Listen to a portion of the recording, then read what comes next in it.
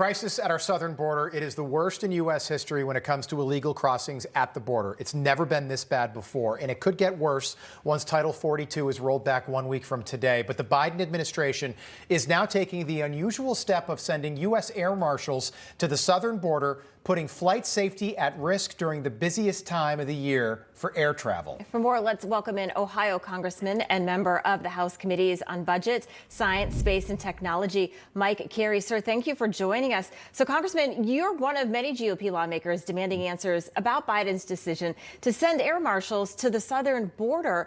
How important is it? I mean, look, we saw the importance of this after 9/11. People finally feel safe to travel and go on planes. Now we're taking them off and going to the border. Yeah, I mean, I think the idea that you're going to, we have like 2.9 million people that travel every single day.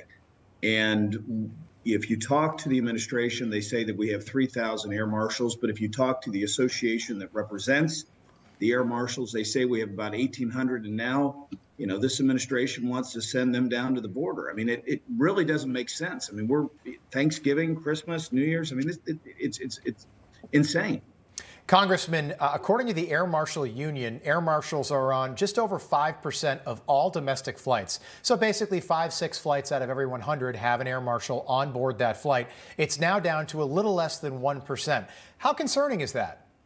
Well, I mean, it's concerning to me. And I think, most Americans have no idea that we only have, 1,800 people that are air marshals right now. I mean, the fact that we only have 1,800 people that are in the air marshal service, but the other fact is that, we are really biggest time of the year for travel, and now they want to send them down to the border. It makes no sense. Yeah, Congressman, as we said, Title 42, it's going to expire next week. Border Patrol's been understaffed. They've been overworked for months. Are we prepared for this final line of defense to disappear? Well, listen, I think what the administration needs to do, I think the president needs to go down to the border. He needs to see it. I've been down to the border. We have a really good people that are border security agents. But what's happening under this administration, they're essentially become processing folks. I mean, every time the cartels want to send people over, they send 300, 400 people over. They know that our Border Patrol agents have to go process them, and then they send drugs on the other side. I mean, we've got a real crisis, and sending our air marshals down to the border makes absolutely no sense. Who, by the way, are not trained to work absolutely not. Processing at a southern border. So yesterday, 20 of your colleagues were on the steps of the Capitol calling for Alejandro Mayorkas to be impeached when Republicans do take control of Congress on January 3rd. Would you support that effort?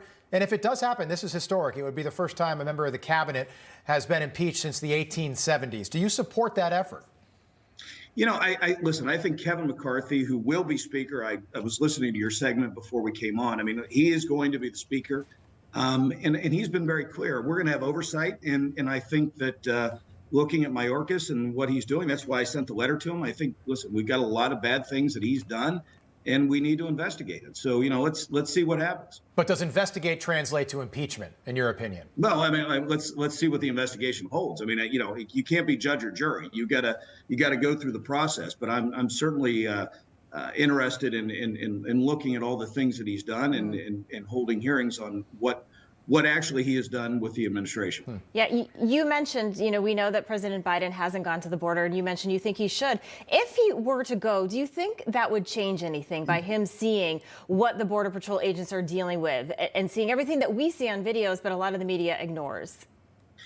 Listen, I think anybody who goes down to the border and they see what is going on firsthand really gets a different understanding. And listen, I'm from Columbus, Ohio, right? And when I went down there and I saw the travesty, and I saw the people that are coming across, I saw the wristbands that the cartels give to these people that are crossing the border. It gives you a completely different understanding of what's actually going on. So, yeah, I don't know whether it would change his mind, but I think it would give him appreciation for what our Border Patrol agents are going through.